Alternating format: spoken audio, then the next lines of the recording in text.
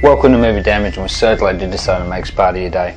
And we're back, and today we're going to be reviewing the unbelievably awesome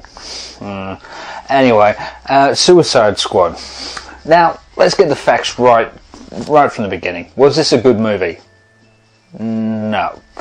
Was this a terrible movie? No. Did Jai Courtney suck in this movie? No. Is Jai Courtney a good actor? No.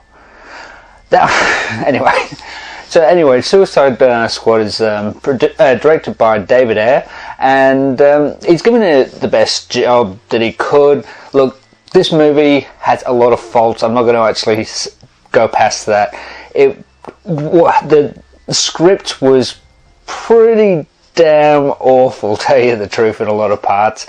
The acting was actually pretty good. This is probably one of the big highlights in this movie. The actors really got behind this movie, and I've got to take my hat off to all of them. They did a great job. I'll go through the names in just a few seconds, but yeah, full credits to the acting. Special effects was a bit messy in parts, I've got to say. But let's face the facts. This was a really dumb, fun movie. And as I said, it was dumb. It was really, really dumb. But it was a lot of fun. I had a good time watching it. I walked out of the cinema thinking, yeah, I'll buy that on DVD. It wasn't like a Fantastic Four mess. It was a bit of a mess, don't get me wrong, but let's get to the brass roots. As I said, the script was god-awful. It really was. And a lot of the plot points in it, you were just thinking, no. But once you actually turned your brain down to, hello, it wasn't actually that bad. It was, as I said, it was a lot of fun watching this movie. So we'll go through some of the actors first off. Basically, you've got Will Smith, who plays Deadshot. You know, honestly, I didn't mind him in this role. He was quite good. Maggie Robbie as Harley Quinn, she was...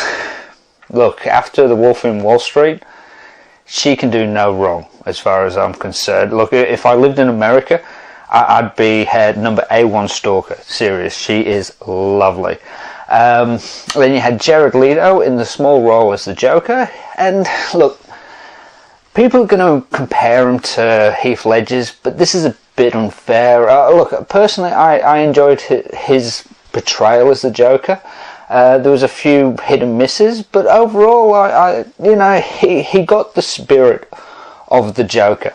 Ben Affleck, reprised the role obviously as Batman, and for the small parts that he was in the movie, look, I'm not saying his acting in the movie was great because it was very small parts, but it was needed and it did develop the story.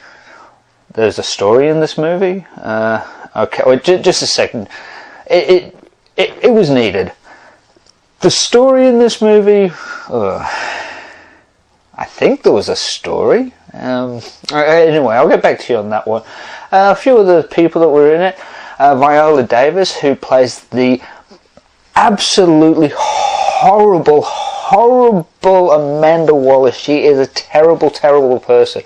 And she did a fantastic job as this horrible person. As I said, the script could have been better. I mean, when I'm going through the comics, Amanda Waller is a seriously calculating, sadistic individual. And to me, she didn't seem as calculating as probably she would have been in the comics, but still, she had the essence of the character and she did a really, really good job. Another person to play note to was, oh god, he's got a horrible name to pronounce. He's an awesome actor, by the way. Plays Killer Croc in it.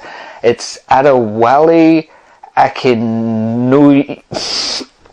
I'm so sorry. And look, he could kill me. I mean, even not outside of Killer Croc, this guy is huge, massive, and he's an awesome actor.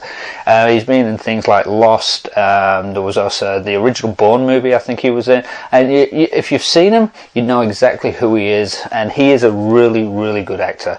And Killer Croc was really, really good in this. I think it was slightly underutilized, but, you know, in all honesty, he'll be great for sequels, you know, going up against the Bat. El Diablo, who's played by Jay Hernandez, and, you know, he did a really good job. As I said before, the script was horrible in this movie. It really was horrible. Some of the lines he had to do were terrible. And yet saying that, he did actually manage to use what he was given, and he gave it his all. And, you know, I can't knock him for that. He was great in this movie.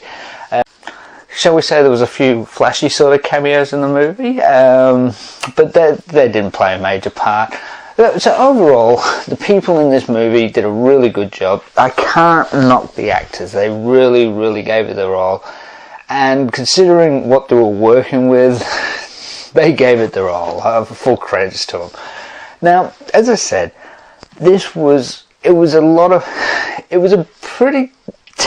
horrible in some ways watching this movie, and then my little kid in me just was like going, "This is awesome!"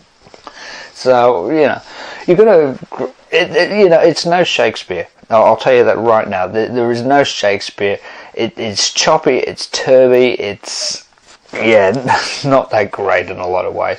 But if you're willing to actually turn down your really cynical part of you, you're going to have fun watching this movie.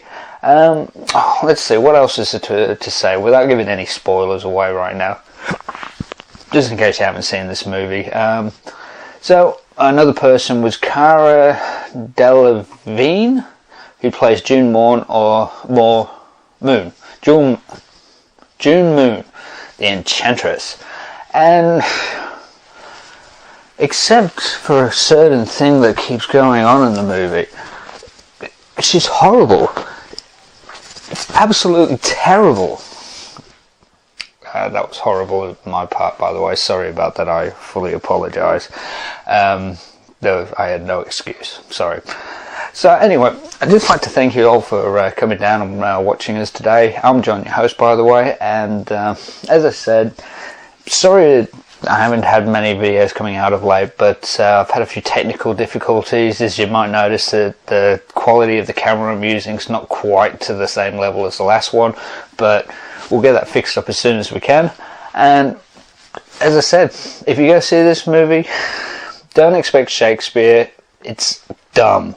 It's really, really dumb. But a lot of fun.